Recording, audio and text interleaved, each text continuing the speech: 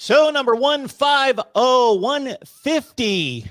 Show these guys some love today. Steve Hellwagon, Bucknuts 247 Sports at the top. And, of course, Kevin Noon there in the middle. Tony Gerdeman at the bottom. Noon and Gerdeman, you can catch them on Buckeye Scoop. And, again, show number 150, the attendance is almost perfect across the board. So, man, you get three of the experts on Ohio State football here each and every week, typically on Wednesday. But as I remind you, each and every week, subscribe to the channel, hit the bell for the notifications to know when we go live. We've got 4 schedules to coordinate, especially those 3. So sometimes we've got to deviate, and here we are on a Thursday. How are we doing there in the Buckeye State? Doing good. Doing well. Is Mark, it gloomy and gray like it is here? The sun just popped out, but it's mostly clouds. There is no chance of any sun popping out here in Connecticut today, but we will make it to April. We've had rain for the last couple of days. It's 50 degrees, and supposed to, I think the high tomorrow is supposed to be 40 or something, and over the weekend 37. So it's not exactly spring just yet. Steve, we're going to start you out with Pro Day. And as you guys know, I discuss these pro days and football teams across the country with guys like yourself. And what I typically get is 21 NFL teams showed up, et cetera, et cetera, et cetera. There's certainly interest.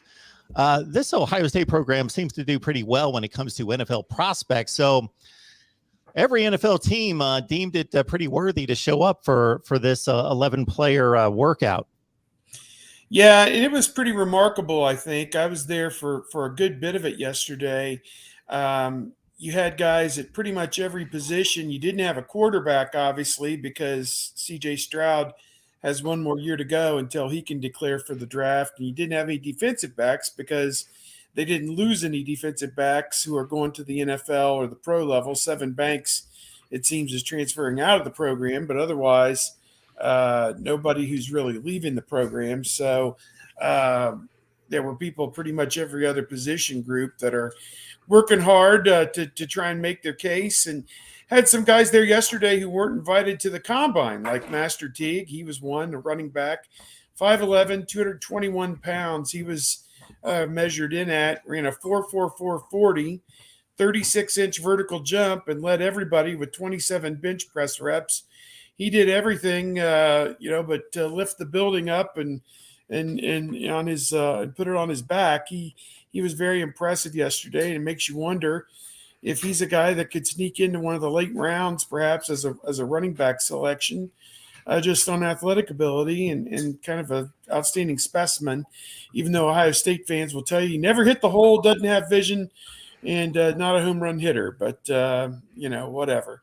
But Teague, to me, I think he could be an NFL running back. In the NFL, they don't really, expect the running back to do all those things. Maybe catch a few passes out of the backfield and get a couple tough yards when they need it. But otherwise, no one's looking for Walter Payton in the NFL anymore. So I think he's a guy that could maybe carve out a niche with a team. Obviously, it was remarkable that Garrett Wilson and Chris Olave were there running routes, catching passes from C.J. Stroud, who still, as we said, has a year of eligibility. But everybody agreed it would be good if he threw the ball to those guys at the pro day. And a lot of the pro scouts came away saying this is a guy that could be the number 1 overall pick next year, C.J. Stroud. So they got bonus coverage looking at him. And I think a lot of the linemen helped themselves. Nicholas Petit-Ferrer did pretty well. Haskell Garrett, Tyreek Smith all showed out. So they got some guys whose names are going to get called in this draft. It's just, where will it be? We know Garrett Wilson and Chris Olave will be the first rounders for Ohio State at wide receiver since Ted Ginn Jr. and Anthony Gonzalez in 2007. And they're going to break that string, and that'll be good to see. April the 23rd is the first round of the draft from Las Vegas, Nevada. Didn't C.J. Stroud throw that really bad pick against Minnesota? I thought his career was over then. I thought that was it for him. Yeah, first half out of the box, everyone was ready to turn the page from C.J. Stroud. But, he was wowing them yesterday. Of course, they're out there throwing against air, and that's not too tough of an assignment. Cardale Jones was also there. And of course, all the reporters were having their jokes on that.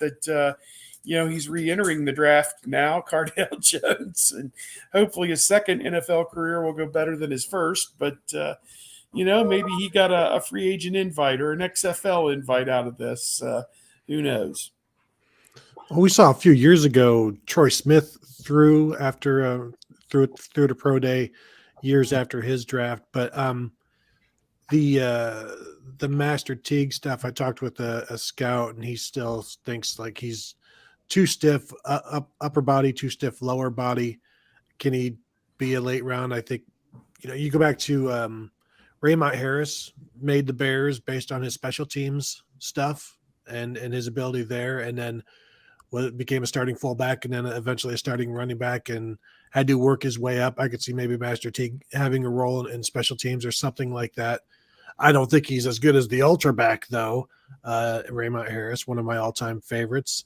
I wonder how many scouts and how many GMs and coaches or whatever were there to get a glimpse of CJ Stroud though, because next year's draft is a better quarterback draft than this year's draft. And so this is an opportunity, just like the scouts got an opportunity to see Chris Olave and Garrett Wilson run routes for Justin Fields pro day. This is an opportunity for some NFL people to see CJ Stroud, and he put on a show. It wasn't his day, but he still put on a show from what the people in attendance were impressed by. So those are the two things that really stood out for me. It wasn't a very flashy day because the receivers already ran their 40s in the NFL Combine, didn't need to post anything faster, and no one-on-ones or anything like that. So no DB situations and those kinds of drills, and so it was there have been more exciting pro days, and it just depends on which guys. Like when you've got Justin Fields or Dwayne Haskins throwing constantly and they're under the microscope with CJ Stroud and Cardale Jones sharing some of the reps, took away from that a little bit. But it was interesting that they kept Cardale in for the non Chris Olave, Garrett Wilson people, and they put the real value on the first rounders they kept with CJ Stroud. Yeah, there were a lot of Ohio State fans that were disappointed without the lack of live coverage on television from the event. But again, while you have a pair of first rounders going in this on this pro day, it's not a quarterback. It wasn't Justin Fields. It wasn't, it's not going to be next year like CJ Stroud. And yes, we've had the opportunity to see a lot of these guys already go through their drills in Indianapolis at the NFL Scouting Combine. So while we all would have loved to have seen live on TV with overhead views and every other thing that's afforded to network as opposed to local reporters in terms of Olave and Wilson running routes, it would have been a 10-minute show. And so, there you go with that. Really happy for Master Teague. Will it be enough to get him in, get him in the 6th, 7th round? Time will tell. Is that going to be enough maybe to get him into a situation of where it forces some teams to really reevaluate tape on him? I think that may be the case. I think that he's kind of an unknown at that point. Because he never necessarily had that run while he was at Ohio State. You got to feel good for guys like Tyreek Smith and for Haskell Garrett. I mean, maybe a little bit of a better showing this time around. And, I always, when you look at the pro day, always stuck in a corner. You don't necessarily get to see things. Some stuff is done in the weight room where you don't have any access to, but just another step closer to an NFL draft. I think that's going to be unlike any others just based on the volatility of the trade market. And, I've been hesitant to go out and do a mock draft at this point because I expect to see 3 or 4 more first-round picks to move pretty soon just based on the volatility of everything. I saw 3 head coaches myself. Lovie Smith, former Illinois head coach, now with the Houston Texans. I saw Ron Rivera, Washington Commanders, and I saw Mike Vrabel, Tennessee Titans.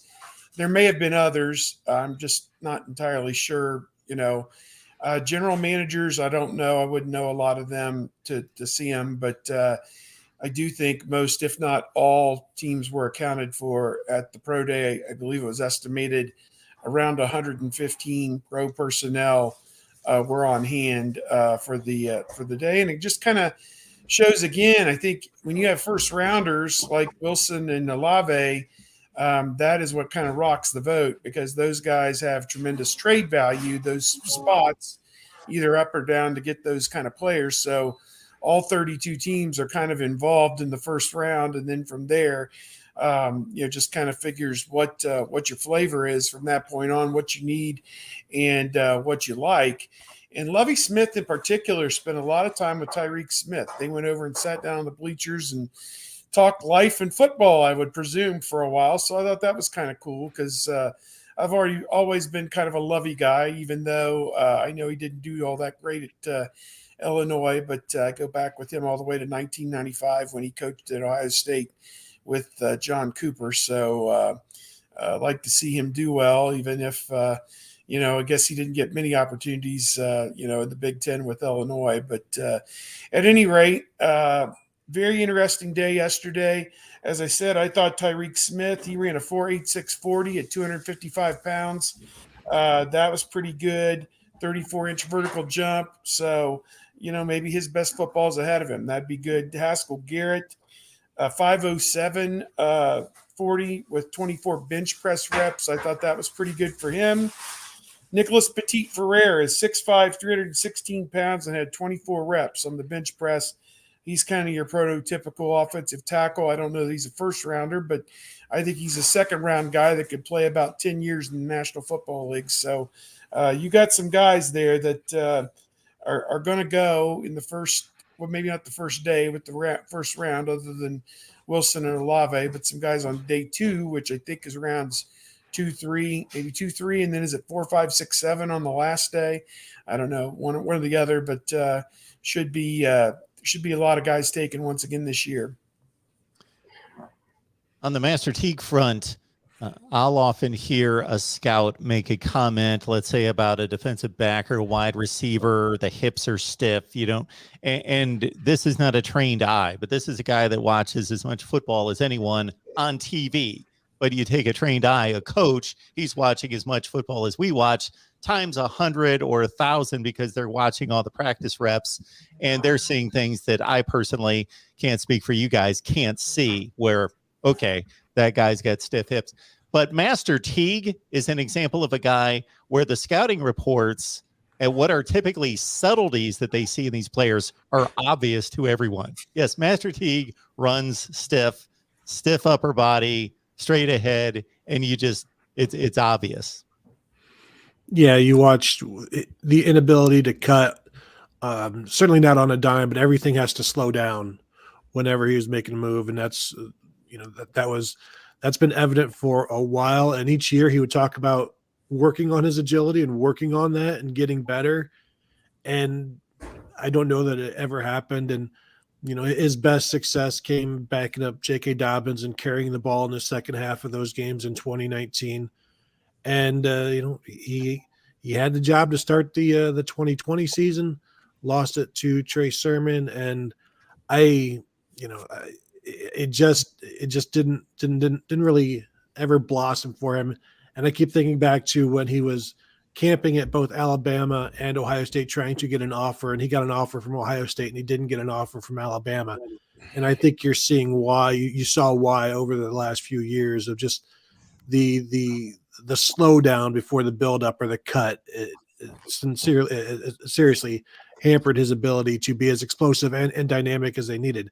Now, when it was just hit that hole, like, he can go, but it's the secondary making the guy miss, or just making one little move, and you're not even necessarily making a guy miss, just getting out of somebody's way, and he just didn't do enough of that. Tony, as you will know, being the Raymond Harris fan you are and the Bears fan, yeah, he did rather well. They had a 1,000-yard season, at least one in the NFL, if I recall. So, yeah. And Mark, and this is one of those dumb stats that stuck with me. His rookie year, he was the last running back in the NFL of a certain number of carries to be tackled in the backfield. Like over, like, let's say 100 carries. He was the last one to be tackled in the backfield. And he was always good at, and he was not the fastest guy. He was pretty decent size for back then, like 6'1", 225 or whatever. Wore number 34, which looked great in the 90s. That was the perfect running back number. I saw David Greenshield mention that Eddie George, Raymond Harris, and Robert Smith were all on that 92 team. Don't forget about Jeff Cothran and Butler Binote as well. Butler Binote, who the Denver Broncos tried to make into a defensive back, if I recall. Jeff Cothran as well, who went to the Vikings, right? Bengals for a while. And Scotty Graham wasn't too far ahead of that pack. Scotty Graham was a Viking. Yes, he was a Viking. Yes. All right. Yes, Raymond. And if it weren't for Raymond Harris in the 93 Holiday Bowl, the Buckeyes probably would have suffered a pretty embarrassing loss to a 6-6 BYU team. All right. We'll jettison ahead to 2021 and what's going on the field and in the practice facility in Columbus. Steve, is there anything that's hit you in regards to progress or developments at this point in spring practice? Well, I think you got to be optimistic about the state of the defense. There were comments from Ryan Day, I think yesterday, where he said that he thought maybe the defensive line would be the strength of the defense, and that would be a good thing, obviously. I thought maybe it would be the secondary with so many guys coming back, but they're building some depth up front, and you do have some possible difference makers there. When you talk about Zach Harrison and JT Tuamalaau and Jack Sawyer, a defensive end, Tyleik Williams potentially there, a defensive tackle, Teron Vincent as well. So I took that as a good sign that they like the way the defensive line is coming along. Linebacker group, you've got a bunch of candidates there for 2 spots that looks like they'll find some people who can play. And secondary, as I said, veteran group at this point with some guys still nursing some injuries like Josh Proctor, not in the fold right now. Lathan Ransom is out, but a lot of the other guys getting reps and building depth at cornerback. I think that was probably the biggest thing. And you knew that you had Cameron Brown and Denzel Burke the first this past year, but getting some depth there at cornerback is probably the big thing. I saw where they named Jordan Hancock as the silver bullet of the day, which must be a new tradition under Jim Knowles to name a defensive player at the end of each practice as the guy of the day. And that was good, I suppose, for Jordan Hancock to get that distinction. I think redshirt freshman or sophomore coming back from last season. So to me, everything sounds positive defensively. They've had 2 days in full pads. Sounds like Saturday they will have a practice with full pads and probably some type of a scrimmage that will kind of set some early standards for the 1/3 poll, the 5th practice of 15 for spring drills, and we'll kind of give them a blueprint of how to proceed from there on what to work on and who needs the reps and those kind of things. So very excited to get out and see some of that. And hopefully, we can get in there and watch some practices here in the weeks ahead. Yeah, unfortunately, getting in to watch practice generally means watch stretching and punt. Yeah. And, don't know necessarily what they're calling individual periods this year, but I think that is important as they transition into padded practices, to kind of be aware of what's going on there. I think so many people think that this is a time that they're already getting in and doing install work, and they're just kind of learning who they've got, what they've got. I mean, you've got 4 new coaches on this roster. You've got a slew of new assistants and GAs and quality control and acronyms that we probably have never heard of at this point out there trying to install a new defense. And let's not lose track of what's going on with the offense. And while you're returning the lion's share of your offense. What we just saw, at Ohio State on Wednesday shows a little bit of what they're losing with Wilson and with Olave and with Jeremy Ruckert and 2 on the offensive line. So, I mean, it's really important to kind of keep an eye on some of these individual battles. We'll get to the spring game here mid-April, and everybody will be like, okay, what's your ironclad 2 deep? And we'll all look at each other and be like, we won't really know anything at that point. But, it's still really important to keep the process going, because we're still not that far removed from 2020. So there's still some guys that are going into their 3rd year that are still kind of getting some of that seasoning. We talk so much about you make the biggest leap from year 1 to year 2. A lot of guys had their year 1 completely eradicated. So last year was their year 1. So this is going to be the year 2. So, go into those 3rd-year players. I think those are going to be a lot of players to keep an eye on. Gary K saying, do you see JTT playing on the inside along with Tyleik Williams with Zach Harrison and Jack Sawyer at DE? I don't think so at this point, because they're just talking about how Ryan Day mentioned on Monday, this guy came in like a week before camp started, and they didn't expect, you can't expect him to play. And then he does play. Like, he played that Minnesota game. He played more than Jack Sawyer, who had been there since January. So when you see that, then obviously they really, really like him, and he's only gotten better. This is his first spring. He's had his first full off season. So they are expecting much more from him. So I wouldn't be surprised if he's playing inside on, rushman packages and passing downs, but I don't think he's going to be a full-time defensive tackle, especially when you have Tyleik Williams and Mike Hall and Teron Vincent perhaps all being 3 techs at this point. And they do have some nose tackles, but I don't know that, certainly Tui Moloau doesn't fit into that, but they really like him. Ryan Day talked a little bit about Tyleik Williams on Monday and how they probably would have liked to have played him more last year, but he didn't have the stamina for it. I wrote about him today, and he finished 2nd on the team in sacks and 3rd on the team in tackles for loss, but only 2 guys were ahead of him with the same number, and he barely finished behind those guys. And like Haskell Garrett, who was the leader of the sacks, had 200 more snaps than Tyleik Williams. Zach Harrison had over 300 more snaps than Tyleik Williams. So this is a guy who, once he can build that stamina up, which is, I think he called himself, he said he was too fat today, last year. And so he's built on that, and they're working to get as many snaps in a row out of him for this coming season. And I think that's going to be very big. And then Marvin Harrison, I thought it was interesting that Ryan Day on Monday was asked a lot about Harry Miller. And then while was asked about Marvin Harrison, I think it was Tim May saying, can you just tell that he grew up with a Hall of Fame wide receiver as a dad? And Day was like, well, I don't know about that. But what's impressive is Marvin Harrison Jr. has always had pressure and expectations because of who his dad is, and is also sharing the same name. And he has been able to handle that pressure, and he's skilled and he's talented, but he's disciplined. And so I thought those are some of the things that I took away from just this week, hearing from Ryan Day and seeing some of the guys on the come up this year, because they're going to need a lot of the sophomores, and they've got some good ones. I took away.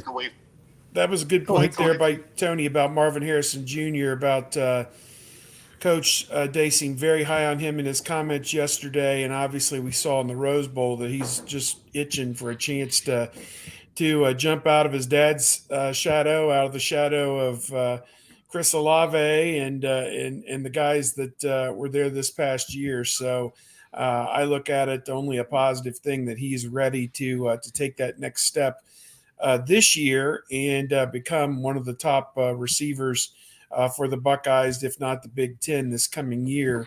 Some other guys that he really talked about and talked up when we were with him. I think he likes the progress of Kyle McCord at quarterback.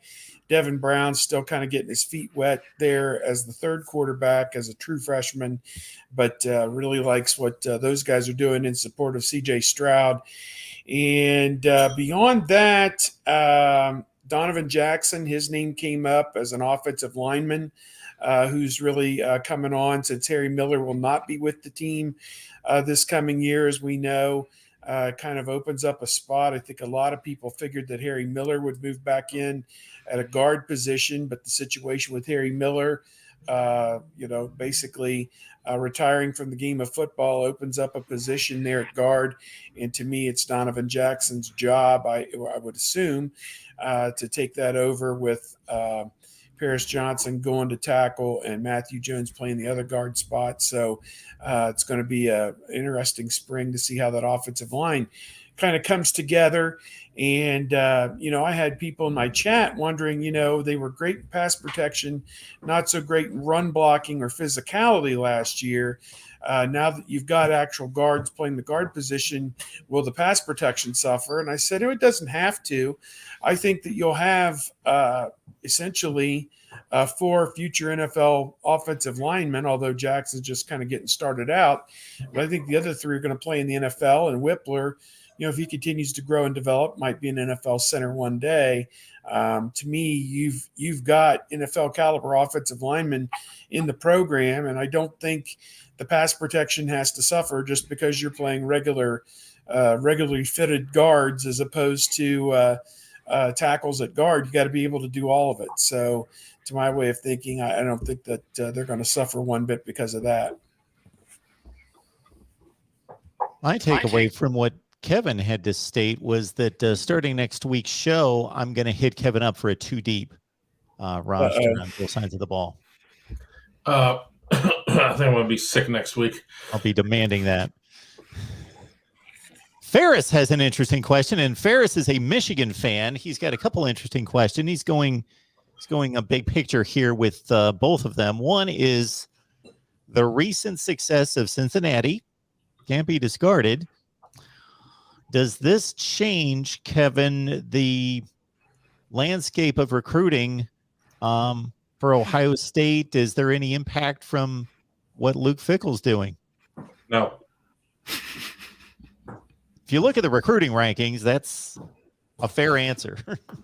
Right. I mean, I think that there might be a little bit more competition for some Cincinnati kids. I think Ohio State's still going to be able to get the top couple kids in the state, unless you're really dealing with a kid that has some direct ties into Notre Dame and you're just coming out of like St. Ignatius or somewhere like that.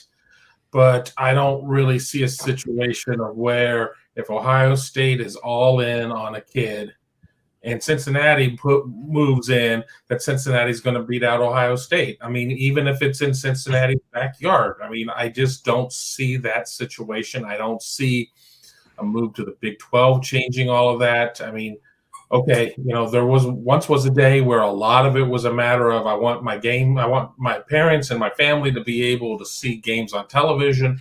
Well, they're all on television at this point. So it's not a matter of, well, now that you have the Big 12, you're going to have more.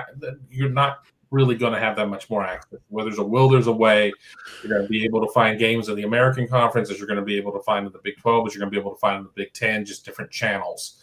So I think that, there may be some times, though, that Ohio State, on that kid that Ohio State is keeping warm. We're interested in you. We're interested in you. We want to send us 3 games of tape from your senior season. Show us this, show us that. Now Cincinnati can really turn up the screws on them and I think potentially land some of those kids, and they will not be available by the time Ohio State comes around. So I don't think it's going to necessarily affect the top end recruiting, but I think that next cut of kids who are absolutely good enough to play at Ohio State, but maybe getting slow played a little bit, those are the ones that I think we could see a little bit of an impact on. I liken it to the NCAA football game. Cincinnati is allocating all of their available points for a recruit, and Ohio State is just, like 5 points for this and 5 points for that. And they're just allocating a few of their points. The more interest that is shown by the one school over the other can win out, and that's something that Cincinnati would probably do on guys that maybe ranked in the 300s, but certainly Cincinnati would want. I think the impact would probably be more felt. Will it be more felt by like Michigan State, Purdue, Kentucky, those schools who come in, and maybe Michigan as well, who's sweeping for the second tier of Ohio guys. If Cincinnati wants those guys and the Big 12 helps them get those guys, I think that's probably more of an impact for the programs that come in to Ohio and try to steal some Ohio kids that aren't necessarily at the top of Ohio State's list. I should probably go to Kevin directly for the answer to this question, because it would be another 1-word, 2-letter response. But hey, I'm the guy that posted it to the screen, and we could bypass it, but it may stir up a little discussion in the chat. And there's got to be some context here, Ferris, as well. I don't believe that regardless of what happens in the Ohio State-Michigan game next year, that affects Ryan Day. But let's put some more context to it. Is Ohio State 11-0 and they lose to Michigan, or are they 8-3 and they lose to Michigan, or are they 5-6 and they lose to Michigan? Did they lose to Michigan on a last-second field goal? Did they lose by 50 points? And again, it would just be a second loss to Michigan. Does anyone want to take this one on? Ryan Day getting fired if he loses to Michigan next year. Absolutely. If you lose twice to a mid-major team, you should be out. You should be out if you lose to a team like Michigan twice. But all joking aside, that's a lot of ifs, ands, and buts right there at this point of saying if that happens. I mean, obviously it's going to be very different in terms of this game's in Columbus, getting them in Columbus after the year that they were too sick to play in Columbus and everything else. But, a lot of people really quick to pull triggers on coaches, and I understand that not everybody in this chat necessarily is an Ohio State fan, and there's some hopeful viewing there, but no. No, he's not going anywhere. I think Mark makes a good point. If it's a total collapse and it's 8-4 and they lose to them and they're 8-4, whatever, then, maybe there's some murmuring or whatever, but they recruit too well, generally have done too well to think that he's going to be out anytime soon. And, one bad year isn't going to put a crimp in that. And, I don't know. I mean, we've got to this point now. If you don't win the national championship, you're a total and complete abject failure. And that's unfortunate, but because Ohio State went 30 some years and didn't win a national championship, and people still enjoyed the football. So in some way, I don't know how, but I'm making fun of all you people. I'm sorry, but it's just ridiculous, the whole thing. Yeah, you want to win it and everything, but you've got to put the best team on the field to expect to win it. That's the thing. And in recent years, some years they've had the best team and didn't get there. Maybe like the Fields year with Clemson when they lost. They got upset in some regards, and it took an act of God with all the calls and everything that went against them to lose that game. And that was a team that could have, should have won the national championship maybe. Although running into LSU and Joe Burrow, maybe they wouldn't have. I don't know. But I don't know. It's just they didn't have the best team in the country last year or really the year before that. So, it is what it is. But, keep taking those hacks and keep getting there. That's the big thing. You got to get in the playoff to win the playoff. And to me, that should be the goal to start every season, is to win the Big Ten, beat Michigan, and get in the playoff. If you do those three things, it's been a pretty doggone good year. And then you take your cuts and you hope to get to the championship game, and you hope you get the proper break and you win the national championship. So it's a process, one step after another. I think if Ryan Day loses to Michigan this year, Chris Holtmann should be fired. That's a popular sentiment. I don't think that anybody's rooting for them to lose to Michigan, but no. Public opinion on Holtmann, is I'll say this: there's a vocal minority who have come out anti-Holtmann because, they kind of just feel like the program is treading water right now, making the tournament and not doing much else, not winning Big Ten championships and not advancing in the tournament. So I'll just say this: they went farther this year than they did last year. So I guess that's a good thing. I will say the vocal mind. Steve says vocal minority. I say lunatic fringe. Yeah, Okay, them too. the same people that would have rather had Quinn Ewers starting for Ohio State than C.J. Stroud last year.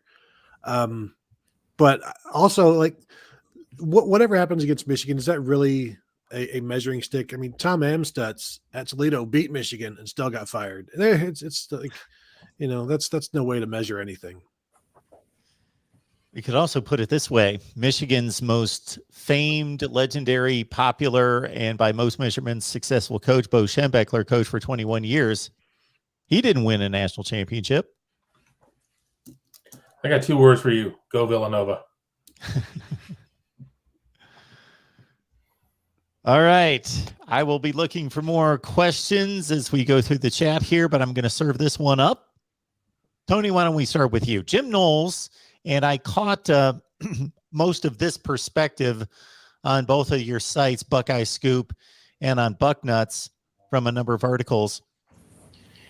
Seems like while there's value in let's always run 100 miles an hour and go at it full throttle and see who the best athletes are and who's really going to compete for this position and show us the most and the most grit and be the alpha dog. Seems like some of what Jim Knowles said was like, okay, this is spring practice. This is time for teaching. I want these guys to understand their role, and we're going to hammer it home and really teach. And that seems to be the approach. Yeah, Ryan Day said at one practice last week, I think the defense stayed in the same defense the entire time because Jim Knowles is hammering it home. Like you said, you got to learn it and know it. And, he's talked so much about teaching, and if the players haven't learned it, then he hasn't taught it well. And so it's all about teaching and getting them to know the minute, not, just what you're supposed to do. And then you can branch out into all of the things that you can do, the options that you have. But first, it's about learning the defense. Like, I don't even know if they've gotten involved in the Leo yet. On Monday, Day said they hadn't. They're still working with the base defense. And, the pads have just gone on. And there's only so much contact you can do anyway. And so you go back to when the bullet came in. I don't know that we saw the bullet at all during the spring, and it wasn't until the season started where we saw it for a little bit, and then Pete Werner took it over. But yeah, it's the basics right now. It's teaching the players. Defensive linemen talked today, and they seem very happy about what's happening, what's going on, the approach that is being taken. So for the last couple of years, the Ohio State defense, it's just been like, if you would first do no harm, just imagine how good you could be. Now they're beginning that process of let's be sound and just worry about the fundamentals. And then you can start making life difficult on the offense. And right now, just not screwing up would be an improvement over last year's defense. And I think they will eventually get well beyond that. I got a commotion in my office. Sorry. My wife's got to go and grab something out of the filing cabinet. It's nice to see a cameo there. Very nice. Hello, Jamie. Hi. He's always in the back of my stuff. So That's the highlight of the show right there. Hands down.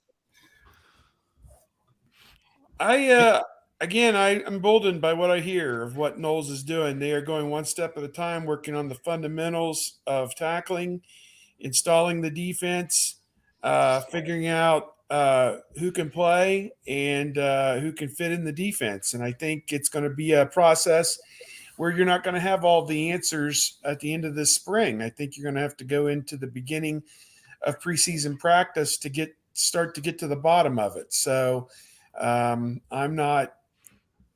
don't think Rome was built in one day. So I think that it's going to take a while to get from point A to point B. But I think the final product when they open the season against Notre Dame is going to be something that I think a lot of people are going to be excited to see. I think it's going to come together. They're just building the house and putting the frames up right now. Number of people that asked about the Notre Dame game, and Sue in particular about the Notre Dame starting quarterback. Tyler Buckner and Drew Pine are the two guys battling for that position right now. Both of them played quite a few snaps last year in relief of the Kevin's favorite, Jack Cohn. About 30 to 40 attempts for each. Buckner can really run around. He had like 400 or 500 yards rushing and several touchdowns. So inexperienced quarterback play to a certain extent, but they both have played major opponents in spots. Think J.J. McCarthy kind of work for each quarterback last season for the Irish. Yeah, they're 30 to 40 snaps more experienced than C.J. Stroud was coming in to the last season. So advantage Notre Dame. I saw somebody mention that Notre Dame has the top recruiting class right now, and I know tons of programs have gone wire to wire. I mean, if you're leading in March, you're going to be leading in February. Don't worry. Like don't anybody leading in March right now that isn't Alabama or Georgia, they're not going to be number one when in December or January or February when the recruiting, when the documents get signed and the NIL and the LOIs come in. And so, yeah, enjoy it. I guess enjoy it now. Like it doesn't come with anything. Maybe a T-shirt, something like that. A hat, a T-shirt, other free things. bowl of soup, A tchotchke, yeah. Just Kenny's in the chat. Thank you so much for your contribution, Kenny. I'll remind everyone that this is our 150th show, and each one of these guys, Tony, Kevin, and Steve, have been here for just about every one. I have not taken attendance. Maybe I should have from the beginning, but they are basically 95+% and offering up their knowledge each and every week for all of you. So keep that in mind. Just Kenny is asking, just getting in, guys, have we talked about cornerbacks? And what position is that? SFs? Safeties, maybe. Safeties? Okay. San Francisco's. Must be. Anybody want to dice up the corners and safety position? They've got about 8 safeties that they're tripping over. You got Ronnie Hickman, who was the leading tackler on the team. He's back this year. McAllister, who transferred in from Oklahoma State. He's definitely going to play, you figure. So there's 2 of your 3 safeties right there. And then the third one could be Josh Proctor, who's not practicing right now, but he was a starter the year before in 2020 and got injured early in 2021. What was it? Maybe he got hurt in the Oregon game, perhaps. Does that ring a bell? And so to me, those probably your top 3, but you've got a whole host of people behind them. Lathan Ransom, who's also not practicing. He got hurt in the Rose Bowl. You've got Bryson Shaw, who started most of last season, but I can't imagine he's going to start in front of any of the first 3 that I mentioned if Proctor's healthy, with new coaches on staff, and a bunch of other guys as well, younger guys, Andre Turrentine, 3 or 4 other guys, maybe Jalen Johnson would be in that group. So you got a bunch of young guys there at corner, and I may have left somebody out. If I did, feel free to pick me up there. But again, I think it's Cameron Brown, Denzel Burke are the first 2. And then you have a host of guys, LeJon Cavazos. You have Cameron Martinez, who would maybe be a corner, I guess. And then some young guys, J.K. Johnson and Jordan Hancock. So you're 3 deep, maybe at corner, with some other guys pending in there as well. So you've got 6 pretty good candidates at both safety and corner, in my opinion, and probably some other guys that I didn't even mention, like Marcus Hooker at safety. Although, if he didn't play last year, I don't know when he's ever going to play for them at safety because, they didn't have any safeties last year and he didn't play. So, at least until Hickman stepped up. So, they're back to full strength, I think, at both those positions. Kevin. Oh, I'm sorry. I was reading something on the message board at that point. I mean, as Steve was on the laundry list, I figured that he had all the names there. I mean, it's just going to be a matter of who's going to be healthy? I mean, and who fits in this Knowles system? I mean, honestly, I mean, you sit there, you bring in Tanner McAllister from Oklahoma State. You got to figure that he didn't come here to be an observer or a cheerleader, that you got to pencil him into which was that spot? The adjuster? Is that No. The slot safety cover safety? What? Yeah. What? There was the one with the B. Nickel. It's just nickel. Nickel. The nickel's the nickel. The A is the adjuster, and then the B is like boundary. Your boundary guy. Yeah. So bandits. Bandit. There you go. Get out. I go and cover basketball for a week plus, and I fall out of football favor at this point. Yeah, I mean, I'd like to table this discussion until after the spring game, until we see some guys take some reps and with them out there playing thud football. I mean, that hasn't been announced, but we know that they're not going to have them out there really going for it. Jim Knowles earlier in spring ball talked about just how you have to kind of do away with tackling as it is in terms of practice, just based on everything. But I don't know. As I've said once, and I've said a million times, we're not going to really come out of the spring with many positions decided upon outside of quarterback, regardless of what you may hear. That it's going to be a situation of, we know C.J. Stroud is fine in his position, but when it comes to the corners and to the safeties, feel really good about Denzel Burke, feel really good about Cameron Brown, but we'll see. I thought it was interesting. A couple weeks ago, before spring break, Jim Knowles spoke very highly of Court Williams and everything that he stands for, everything he does off the field, everything that he was potentially can do on the field, and said he wants Court Williams on the field this year. Then said the same thing about Ronnie Hickman. He wants Ronnie Hickman on the field. Those two guys are the two deep safeties. And so where's Josh Proctor in there? So Josh Proctor is really being hurt by not being full go in the spring, and he'll be able to go more and more as the spring goes on. But he's going to have to be playing some catch up. The good news is he's a senior, and he can do that mentally because he's been around long enough. So he may be able to, I don't necessarily say catch up by the end of spring, but have an idea of what this defense entails, of what is being taught. And so that's good. But I think the nickel is Tanner McAllister, Cameron Martinez, those guys. McAllister, you could probably put him in ink. Ronnie Hickman maybe in ink as well. It's just going to be interesting to see how Josh Proctor eventually gets back in there. And corners, I keep Denzel Burke I think is going to be fine unless he totally regresses, which nobody expects. Cameron Brown just needs to stay healthy, and if he can do that, and then I'm interested to see if Jordan Hancock or J.K. Johnson can, or even Legend Cavazos can get in there, and do they, if you've got three guys that can start, do they go back to a rotation of corners like Kerry Combs like to do? Now, Jeff Hafley didn't do it, but I don't think he had the corners. And so, can Jordan Hancock or Jalen Johnson be that guy? We'll see. And then you still have, as Steve said, Lathan Ransom. When does he get back full healthy, full speed? Sometime this summer, maybe, I don't know. And he may not. He may be so far behind by the time he's healthy that he may have to wait a year.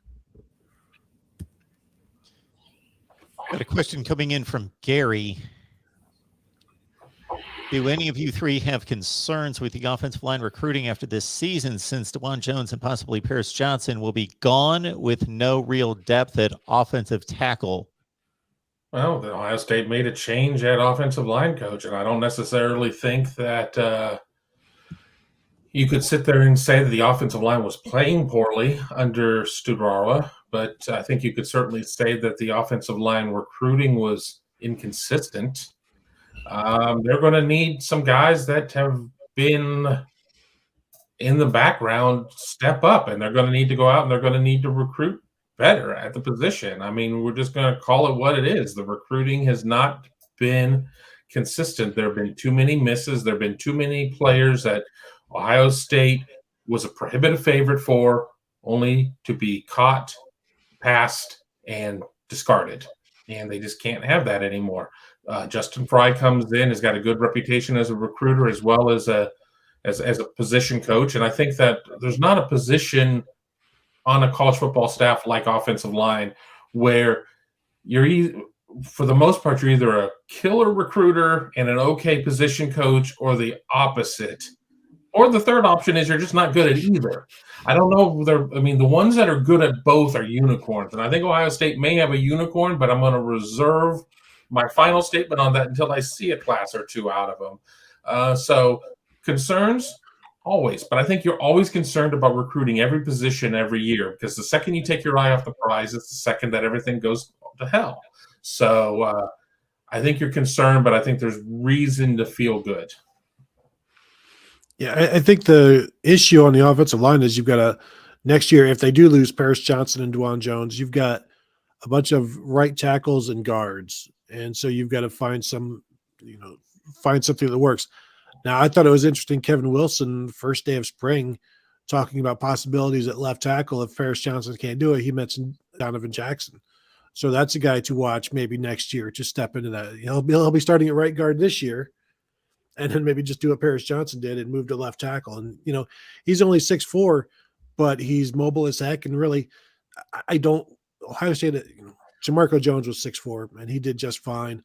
Height at left tackle, I think, is a little bit overblown in today's wide open offenses. So there's there's some hope there, in my opinion. And Josh Fryer, maybe as that right tackle next year, I think he'll be one to watch. Even he can play anywhere. Enoch Famah, he can play anywhere. But you need these young guys like a Zen Mahalski to step up next year. Actually, you need them to step up this year and show that there are people waiting in the wings, and that you're not terrified of what is to come. But then there is also the transfer portal.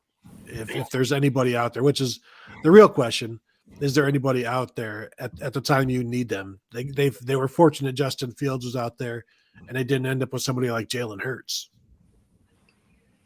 Yeah, you can always find a Jonah Jackson type out there. They've done it once; they could do it again. Yeah, if it ever came to it where they were really deficient on the offensive line, they would go into the transfer portal and, I think, snap their fingers and have somebody who's played somewhere that doesn't play winning football but is a quality football player that they could plug in there for a year if they had to. I think it is important for Justin Fry to pick up the ball and recruit very well on the offensive line, and to start getting some blue chippers back in the fold there. The depth on the offensive line is not necessarily blue chip in stature. You've got a lot of good program players in there, a whole list of them, a laundry list of them in there. You're up to, I think, close to 13 or 14 scholarship offensive linemen, maybe even 15, but only 5 or 6 guys who you'd say are, creme de la creme, blue chip type guys. So, a lot of program guys, development guys, and Fry's going to have his hands full trying to squeeze the quality Big Ten championship football out of those lesser guys. But that may be his task over the next couple of years. I think it's going to be interesting to watch how the NIL collectives at respective schools start recruiting out of the transfer portal or before the transfer portal. If Ohio State, the collective, knows, we need a right tackle next year, and there's a guy at Indiana or Boise State who is an All-American, there's nothing that says that collective can't give money to that player. They can give money to whoever they want. And so this would be a way coaches can't go and recruit players from other teams. I don't think there's anything that says NIL collectives can't. And so this would be a way to, hey, why don't you come to the transfer portal and Ohio State, we've got great connections here. This is what we can do for you. Plus there's a job waiting to be won and you're the perfect guy for it. And so it'll be interesting to see how that goes. And, it probably already happens in basketball with AAU and stuff like that, where you see guys transferring from smaller schools to bigger schools. I think you could see some just almost lateral moves coming up with the collectives and the reach they could have. We'll take one more question here at Buckeyes Live if you guys have the time for it. Before we do that, though, we want to make sure that everybody knows where they can find Steve, Tony, and Kevin. Let's start with you, Steve. Bucknuts.com is the place, at Steve Hellwagon with an EN for Twitter. And I've got a laundry list of interviews that I need to get posted to our website dating back to wide receivers from over a week ago. And Brian Hartline at the Pro Day yesterday. I posted one from Chris Olave, which was pretty good yesterday.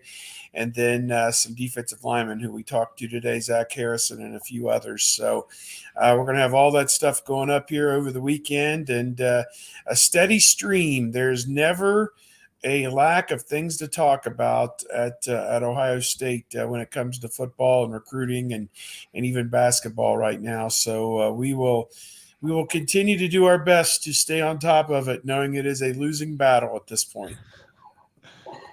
Kevin. Yeah, you can find me on Twitter at Kevin_Noon. That's with an O-N, not to be confused with Steve's E-N. It's two O's, isn't it? Two O's in an N, or two N's and two O's? I'm just trying to play off of yours. 2 N's and 2 O's. You can find me tomorrow on all of these same wonderful platforms on the Big Meat Kickoff.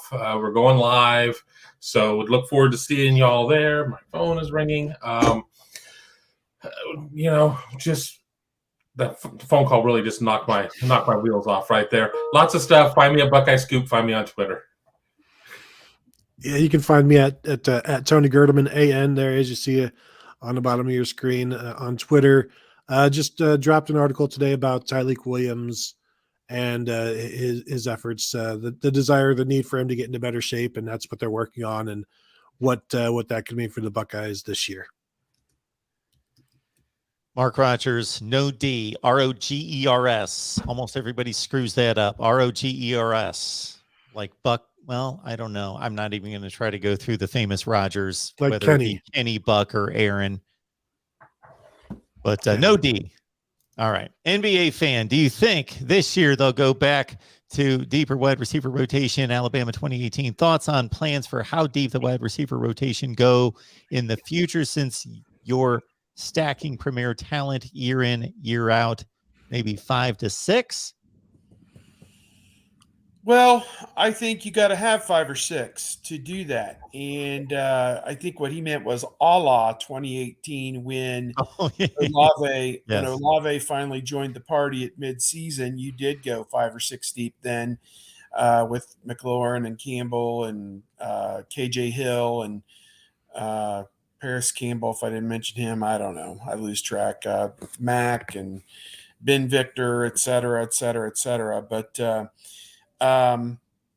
so to my way of thinking, you need to show that you have 5 or 6 who are capable. Right now, I think you have Jackson Smith-Njigba and Marvin Harrison Jr., and then you have Ibuka and you have Fleming who are coming on. And I think beyond that, it's a bit of a mystery. I think Jaden Ballard is a guy who could come on and help them. Cameron Babb is just getting his feet back underneath of him after not playing football last year. So, is he ready to play 30 snaps a game? I doubt it. So, and obviously wouldn't have to till the fall, but that's the thought process, is that you've got 1, now you try and get 2. And when you have 2, you try and get 3. And when you have 3, you try and get to 4. I think there's somewhere in that 3 range, 2 to 3 range right now of guys who they can depend on and know.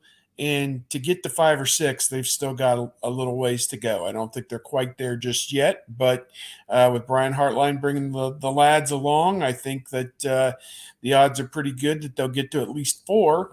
And, if they get to 5, then 5 will play. Anything else to add to that, Kevin? Just a thumbs up. All right, guys. Appreciate you being here. Kevin Noon, Buckeye Scoop, Steve Hellwagon, Bucknuts 247 Sports. Guys, have a great week. We'll see you back here next week. All right, Mark. Take care, Kev. See you later. All right, folks. Want to remind everyone we've got a call-in show tonight at 6:30 on the main channel, and we will conclude our all-time program rankings with the SEC on Friday. And we'll see you back here at 6:30 Eastern. That's over on the main channel.